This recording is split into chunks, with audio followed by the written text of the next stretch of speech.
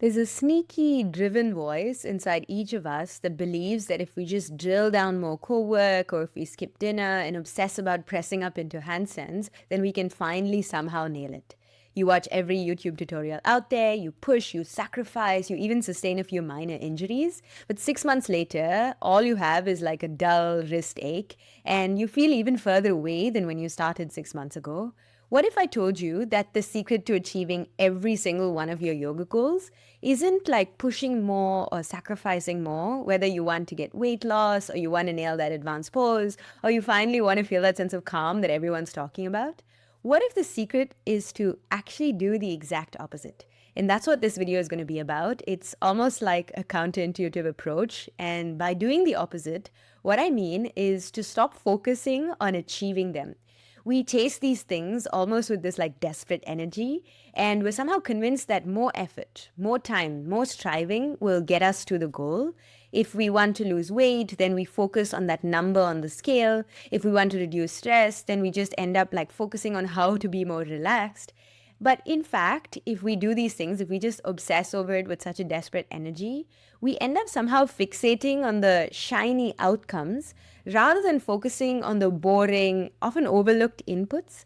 And today I'm going to teach you how to shift your focus and how to shift your goals from achieving that external like end goal to rather like putting all your attention on the inputs, on the foundational things, those small controllable actions that then eventually lead to the perfect pose, that lead to the lower number on the scale, that quiet mind. All those things that you're looking for come as a natural consequence of you just focusing on dedicating all your time and attention to the process. And then that outcome becomes like a natural, inevitable byproduct of your focus on the inputs. So when most people come to me, I've been teaching for the last 8 years, and this has been my entire life. I'm on a mission to kind of help people with busy minds just gain a little bit of stillness. And through the Ashtanga Vinyasa system, not only do they become more toned, more strong, and more like kind of in control of their thoughts, as a natural byproduct, they also end up controlling their minds and finding this sense of inner stillness. So when people come to me, I usually have like a form that they fill in before they do a discovery call. You can look at the link in the description below. There is a link to book a call with me. But basically, they either want to lose weight. Everyone wants weight loss, but since weight loss is kind of canceled, people are like, give me a way to get more toned without too much effort. People aren't seeing enough progress on their own with advanced poses. So maybe they've been following YouTube videos or going to drop in classes, but they aren't seeing that they're making like tremendous progress and they aren't able to do like Bakasana on a mountain or anything like that. Or the third thing is that they can't seem to find that like elusive calm that everyone's talking about. So three main goals, it's either weight loss, it's progressing in advanced poses, or kind of finding that calm and stillness that everyone talks about. So if you fall into one of these categories, just make sure to watch the whole video, because by the end, I'm sure you'll have an idea of how to get them through this counterintuitive approach by doing the opposite. So let's talk about the first one first, because this is the most common one, which is weight loss. Even though people don't like to admit it, I think all of us want to feel a little bit more like light in our bodies. And that can manifest as wanting to like drop 10 kilos, or sometimes it's a bit more silent, like I just want to be able to fit into my clothes a little bit better or feel a little bit lighter and like freer in my body. And this is one of the reasons why people even step onto the mat for the purpose of exercise. And I think that's completely fine if we're honest about it. And most people, when they're chasing fat loss or weight loss, they kind of, it's like a dog chasing its own tail. They're running in tighter and tighter circles. And every single week, they step on the scale, they go to yoga sculpt classes, and they see that the scale is barely twitching, like that number is exactly the same. And then they begin to like cut carbs or go to even more grueling workouts. And they end up in this place where they're just exhausted. Their mood is always tanking. And you'll notice like their cravings for sugar and for foods just kind of end up going up through the roof at the end of the day. So this isn't just a battle against like the number on the scale. This is ultimately a battle against your own body. And I think it's fueled by deprivation and it's fueled by obsession. So for these two reasons, it'll never quite get you to that feeling of like lightness and happiness that you're looking for, because the seed that you're planting while you're doing the actions is deprivation and obsession and like almost cutting things rather than adding things. So that's why even the fruit of that of that seed will also be filled with like deprivation and obsession, and you won't feel happier even though you've lost 10 kilos at the end of it. So I want you to try this radical opposite approach just for like 90 days. So I want you to just forget about weight loss for a while. I know that's a hard ask, but bear with me, because when you just drop that goal of losing the 10 kilos or whatever, and instead make your new goal just being able to unroll your mat 5 times a week for 30 minutes a day. Now you can obviously go more than this, but I'm giving you like a simple like framework to follow. So when you unroll your mat for 30 minutes every morning, I don't want you to like kind of think, oh yeah, I'm going to burn all these calories, I'm going to get thinner, I'm going to get fitter. I want you to focus on 30 minutes of breath-led movement. Notice I didn't say HIIT, intense workouts, running, jumping, none of it. I just said breath-led movements. We're talking about like slow, mindful asanas with a little bit of gentle stretching. And even this can even just be like sun salutations initially when you're just starting out, because the goal here isn't to burn more calories. It's to consistently move your body. It's to consistently connect with your breath. And ultimately, the goal is to signal to your own nervous system that you're safe and that you're active, and then your habit and the way you see yourself is changing, that you're doing everything you can to remain active. Now, if you go to like HIIT and you just burn yourself out and you're doing that like 2 to 3 times a week, and then the rest of the time you're sore and you don't like the way you feel, it's because your body is like generating high levels of cortisol. And this over exercising and this over pushing, all of these tendencies, we notice that that high level of cortisol in your body actually makes your body hold on to the fat even more, especially around the middle. For us women, we kind of hold on to our body fat almost like a protective mechanism. So by moving your body gently and moving your body consistently, this is why yoga works so well, as opposed to like just grueling workouts and pushing yourself. It's because that excess body fat, that will feel like it's safe for it to lose that fat. And rather than like clinging on to it in a defense, you'll see like you're building a foundation of physical movement and mental well-being as well, so that your weight becomes like, you're naturally being able to regulate your weight. You're moving through nourishment and consistency rather than obsession and deprivation. And I think these are the kinds of signals that we want to send our body if we want to achieve like true long-term weight loss, not short-term, like I'm going to drop 10 kilos and then not be able to sustain it for the rest of my life, for example, because we're just going to end up putting that weight back on if we don't do the nervous system work to actually understand what it means for our body to shed some weight and to feel lighter. So the next thing I want you to feel is when you're eating tomorrow, instead of like just reducing your portion size, I want you to kind of add 2 fists of vegetables and 1 palm of protein before you even add anything else. And what this does is in your brain, it starts to shift your attention from restriction and constriction and deprivation to a feeling of abundance. And you notice you're able to add more food onto your plate and you don't feel like you're starving yourself or you're depriving yourself in any way. So what I mean, as you can see, you know where I'm going with this, is that I want you to focus on the inputs and notice how focusing on just the inputs, adding protein, adding vegetables, adding 3 to 5 times a week of just 30-minute yoga, which is breath-led, adding those things instead of removing things or feeling deprived or feeling like you're overexerted, actually recalibrates your eating and movement habits towards this sense of like, I'm nourishing my body and I'm working with it through consistency. I'm listening to my body's signals of hunger and fullness and satiation, rather than like fixated on losing those 10 kilos. So bottom line is, if we want to lose weight through yoga, focus all your energy. Don't even worry about the number on the scale. I want you to kind of throw out the scale actually and just focus on what are the inputs that I can control.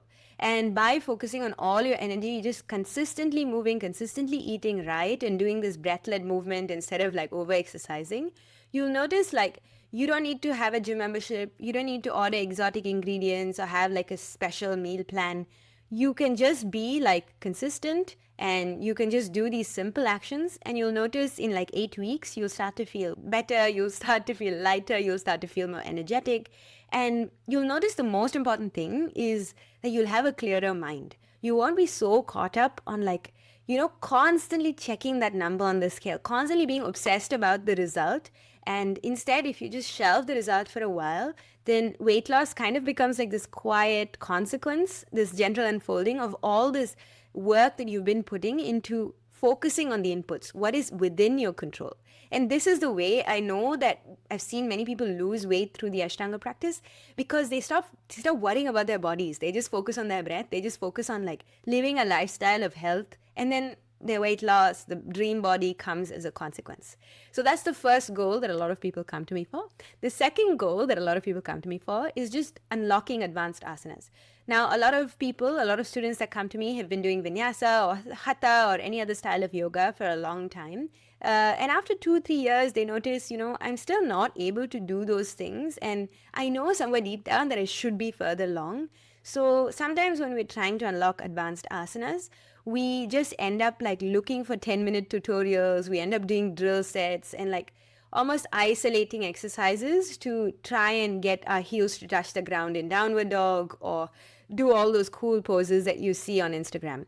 Now, when you're forcing yourself into a position, whether it's a forward fold or downward dog or whatever, an inversion, all these like drills that teach you how to do it in an isolated way, it feels almost like there's a stubborn knot that you just can't seem to like unpick. All you're doing is like tightening it even further by pulling it even harder, hoping like, the knot will unloosen.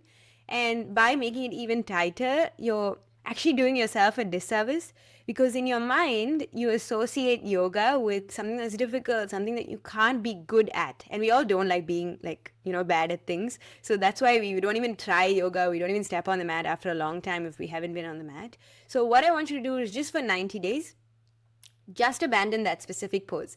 Abandon that specific goal entirely. Don't even try to do it. Don't be keying up against a wall and like, falling off and being like, oh yeah, I used to do this a lot when I was just starting my yoga journey. I really wanted to do a forearm stand. This was something I'd seen that people had done, and I was like, wow, this is so incredible. Like you can balance on your forearms. And I remember going to the beach, and I would literally like ask someone to take pictures of me while I had like half a second of a hover before I fell down. I would screenshot that and like post it on Instagram. And it was so fake, In my head, I thought I was proud of myself for like achieving even like, the setup position and being able to kick up. But to be honest, I was just like obsessively focusing on the outcome rather than obsessively refining the absolute basics. So these are the things, these unglamorous foundations that people don't want to do. It's kind of like, it's not sexy, it's not nice. But instead of just doing those 10-minute drills with isolated stretches, I want you to kind of just do the Ashtanga practice, the full primary series, for 3 to 5 times a week for every single day. And you can add in those 10-minute drills. I just want you to see the 10-minute drills as kind of the supplement, and then your practice is the main meal. Like you can't just eat a bunch of pills and say, I feel full. That doesn't give you the sense of satiation. You've got to actually understand the absolute basics, the unglamorous foundations that I talked about that undercut each of these positions. And that only happens when you do 3 things. When you start to build heat through the practice, when you slowly develop all the strength that you need, and when you increase your body awareness. And that doesn't happen when you just like, kicking up against a wall, or you're doing just 10-minute drills instead of a whole practice. And I get it. It can be tempting to kind of just look at the end goal, but you want to look at it as a more integrated approach, and not just like, skipping to the bendy fun stuff, or like picking poses that you just like and making your own flow. Just commit to practicing the primary series, because the primary series is so foundational. Even like people who do other styles, I always tell them it's such a well-rounded sequence because it systematically prepares your body. The sun salutations, they build heat in your body, then they warm up the muscles and they prepare your connective tissues. And when they're more pliable and they're able to like, do other asanas, then you come into the standing sequence. The standing sequence actually builds strength and stability, and like all your joints are really stable in the standing sequence. And that's what's crucial when you're trying to access the deeper ranges of motion in the sitting sequence. So when you come to the sitting sequence and all those advanced poses like Bakasana or any of the, leg behind this head type of postures, the progression almost prepares you in a way so that you're gradually and intelligently like knowing whenever your body is ready for that deeper pose, it's like it's naturally opening up to that shape. So this is my kind of formula for developing flexibility. And people always ask me, how are you so flexible? I do think like it's not just that I was born with flexibility. I had to train it. I had to train it because I had to understand what flexibility is. True flexibility, not just passive stretching. And true flexibility is strength plus heat plus time. And strength is basically like the strength that you need to support your joints, and the strength that you need to support your joints into those new ranges of motion that you're unfamiliar with. So we can often be just strong and stiff, like imagine a gym bro that's just lifting, 100 kgs in a deadlift or whatever. I mean, I think that's not very high. Okay, let's say 300 kgs in a deadlift. You're not actually used to using your joints in those new ranges of motion when you're developing flexibility, because those joints don't have like the strength that's required to hold yourself in those new ranges. And the heat that is required to actually get to those ranges of motion is what makes your tissues more adaptable. And with time, you'll notice that your nervous system is the thing that feels safe in those new ranges of motion. So that's flexibility for you guys. Flexibility involves three things: the strength, there's heat, and then there's time, because the strength is the thing that you need to support your joints. The heat is what you need to like make your tissues more adaptable and to move into those ranges of motion. And time, of course, is just to get yourself to believe that you can actually do it. Sometimes I've seen people, they'll glimpse a position really quickly, but then it'll take them a long time to actually allow their nervous systems to feel safe in that new range of motion. So if you're trying to unlock full splits, don't just sit there with sandbags on your legs in front of Netflix and then like binge watch Netflix for a few hours and think that your hips are going to open. You really want to do this in a more conscious, directed way, where you're taking foundational poses, like you're even doing like a forward fold, or you're doing a pancake like a 𝗠cie𝗿𝗲𝗩𝗶𝗱𝗲, and you're lengthening with each exhale, and you're doing this with like a breath-led movement, because this then shifts your focus from the external achievement of the full split to how it feels on an internal level, how the internal sensation is guiding you from a sense of like forcing the posture to allowing the posture to happen naturally. And one of the greatest joys I have as an Ashtanga teacher is to witness my students' breakthroughs and just seeing them like be able to lift up from a back bend. I have a client called Ramila who was able to lift up from a back bend after like 3 years of like literally hitting a wall with it. And one day it just kind of happened, and it was not that she forced it. It wasn't that she was expecting it. It's just that her nervous system was ready and enough time had passed, because she had developed the strength, because she had like, taken the whole time to do the practice until that point where that challenging pose came. And then it was graceful, it was easy. And I've seen this happen time and time and time again when people lift up into their first headstand, or they do their first like deep forward fold where they're able to keep their palms on the floor and touch. And from my perspective, I always see like there's room for improvement. There's still, places where they can engage more. And that's my role as a teacher. But just witness the breakthrough. That wasn't like, oh yeah, they've perfected the pose or they've unlocked the pose in like a way that's, that's irreversibly perfect. It's just that they shifted their focus so much that they stopped seeing the pose as this impossible thing that, sometimes we just dismiss it as, oh yeah, I'll never get there, but whatever, I can, I'll just keep trying and failing, but I'll probably never get there. And it's the nervous system readiness that's what allows us to feel like, oh yeah, okay, actually, I've done this enough times. It's not scary. It's not like unsafe. I can feel my breath. And I can go into the posture because I've been so concentrated just on the inputs. And this is what happens when you show up on your mat and you try your best every single time. And then slowly and surely, you're chipping away at this like masterpiece that you're trying to create with the pose. And one day it just happens, and it's a really, really beautiful thing. And I can tell you this from personal experience. Every single asana that I've unlocked in my body has come from a glimpse of just being able to like access the range of motion because I've developed this strength through the practice, or like done drills to actually gain that individual isolated strength. But actually knowing to do the posture regardless of the day of the week, like how I'm feeling in my body, those types of things came from time and came from my nervous system just feeling ready. And because I was so focused on just, the organic expression of the pose, I wasn't so worried when it came. I was like, oh yeah, that feels kind of natural that it would come. And the gritty fundamental building blocks, that's what actually got me there. It wasn't overnight. It wasn't like, oh yeah, I tried like a 30-minute drills class on YouTube, or I went to some fancy workshop. So instead of getting caught up on all the yoga hacks or the quick fixes, just commit to a consistent practice and show up on your mat 3 to 5 times a week. And this is your input. And your goal isn't going to be the pose. It's just going to be to practice, just to be practicing consistently until the goal like achieves itself naturally.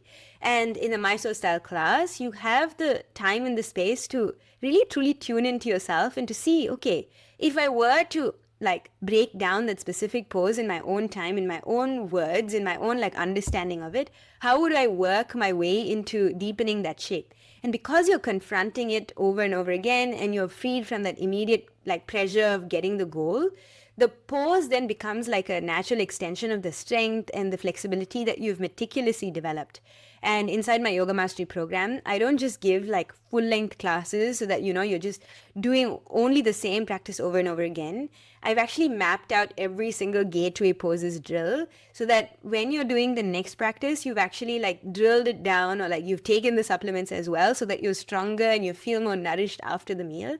And I don't think anyone has done this before, but I've also made like a checklist so that you know when you can actually proceed to the next phase, the next sequence inside this overall primary sequence. So then your body is actually like prepared for it, and you don't feel like, oh yeah, that feels unachievable. It's just like, when I get there, I know I will achieve it. So that's the second reason why people actually come to me, is because they aren't seeing much progress with vinyasa or hatha. Not to say that these practices aren't good or they aren't effective.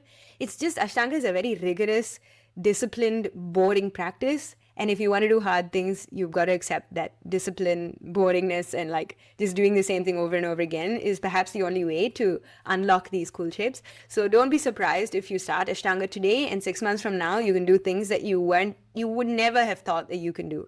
And finally, the last reason that people come to me is because they have tense shoulders, or they just feel like they really need the sense of peace. And I can completely empathize with this, because even though I've been teaching and practicing my whole life, there are still times when I feel completely dysregulated. And I know that yoga tells us that, it'll help us chill out, it'll help us find our center. And there's all these like bold promises that the yoga world makes. But if we just get on the mat and we just practice, we might spend the entire class like judging the accent of our teacher, or like worrying about, how our clothes are looking in the mirror, instead of actually like quietening down and coming to a place of inner stillness. And paradoxically, the more we try and like force this serenity, force this like sense of Zen-like calmness, the more difficult it becomes to achieve, and the more chaotic your mind feels, because it's like trying to quiet a noisy room by going in and shouting there and being like, everyone be quiet. It just adds to the noise of the room. And yeah, it may get you to like, get everyone to shut up, but it's an aggressive like way of doing it. And actually calm is like one of my teachers actually told me this in a workshop. It's like, he said, being calm is like trying to catch a wild bird. You can't trap a wild bird and force it to stay inside a cage. You must kind of allow it. You must allow it to happen. And when the wild bird wants to come and sit, and you can admire it, and you can feed it, and you can do whatever you want. But when it has to fly away, it has to fly away. And it's not like you're going to be eternally like calm and peaceful and Zen-like just because you do yoga. It's just that you know how to sit with the emotions, and you know how to like allow it to wash through you without your emotions taking over. And that's the crucial like kind of place that we want to get to with the yoga practice. So the opposite approach, the task I have for you, is to actually just don't worry about getting calm or getting like less stressed or whatever. Just give it a single task. I want you to give your mind one job to do. So the one job is going to be to count your inhale and exhale. So you go into a pose and you'll be like, inhale 1, exhale 1, inhale 2, exhale 2. And all of us know we can do anything for just 5 breaths. So if your mind wanders, or you just like, you feel fidgety and you want to get off the mat, don't get frustrated. Don't judge yourself. Just simply acknowledge whatever thought is coming up, and then gently just dismiss it. But you have to be persistent with your goal to finish the practice, and to not like try and grasp the sense of calm that that you felt before, but rather to like let go of the dwelling, let go of the looping, and just stay with that single task. And when you focus on that single gentle anchor, you're directing your attention to the breath, and that simple act of counting, you end up like, instead of fighting with your thoughts, you actually end up redirecting your thoughts. You're channeling all of your mind's energy, and you're training your attention like a muscle. Since our attentions have been so fragmented, given like social media and short form content and all the stuff that distracts us, it's almost so crucial, and it's like your responsibility to take 10 to 20 to 30 minutes, how much ever time you have in the morning, to count your breaths, to come back to that single focus, to lower your anxiety, and to kind of like go into the day feeling like you've regulated yourself, because otherwise you're going to be carrying that through the rest of the day. You're going to spill it, you're going to be spilling it onto all the people that you meet. And instead of fighting against your internal experience every morning, just provide it with a single consistent point of focus. And you'll notice by giving your mind this gentle repetitive task, you gently pave this way for inner calm, inner stillness, and you teach your mind and you teach your nervous system how to down regulate using a really simple breathwork practice. And that's how you sustain calm. That's how you don't snap at your coworker after 11 a.m. So, like, this is truly it, guys. Whether you want to lose weight or you want to, like, unlock some deep position that you haven't been able to for a long time, or you're just trying to get a little bit, like, calmer and less stressed during your days, the ultimate way to do this is, instead of hunting for the next drill set or the next, like, app, I just want you to kind of do the opposite. Genuinely, just forget about the goal for a while, because ultimately you don't want to live and practice in a way that's unfulfilling, that doesn't give you, like, the results you want, and is also sowing that seed of, like, disappointment and discomfort and unease, because that's what you'll reap at the end. All these small, steady, consistent actions that you can control, that are very much like almost the opposite of what you've been doing so far, that is what is the needle moving stuff. That's the big stuff that you need to focus on, because that's what will unlock the strength, the deep flexibility, that profound calm, all that stuff that you're looking for. So let's just distill it down, just so we have a quick recap. And also to give you a sense of what you've done today is to shift your attention from the goal to the inputs as the goal. And inputs trump obsession. They trump obsession every single time. So don't be like frantic and desperate. Just do what you can every single day and move on. Do this for 90 days. So that's it, guys. Pick up the chisel and chip away day after day, because as you show up and you trust the process, I promise you, on one super ordinary morning, you'll glance in the mirror and you'll be like, wow, I can't believe, like, I'm the kind of person that can just, like, pop up into a handstand. I can't believe, like, my whole body feels spacious and light, and I don't feel heavy in my body anymore. And in that moment, you'll realize you've achieved the goal, but also the thing that you thought you were chasing so desperately, the number, the pose, or that sense of calm, it arrived quietly, effortlessly when your ego is looking the other way. And our ego is the thing that traps us into these goals. So I want you to be super wary of that when you're trying to achieve your dream body or unlock all these challenging poses or make progress, with your mental well-being. So I invite you to join the Yoga Mastery program if you feel like this stuff resonates with you. Look, there's absolutely no pressure. There's a link for that in the description below if you want to chat with me.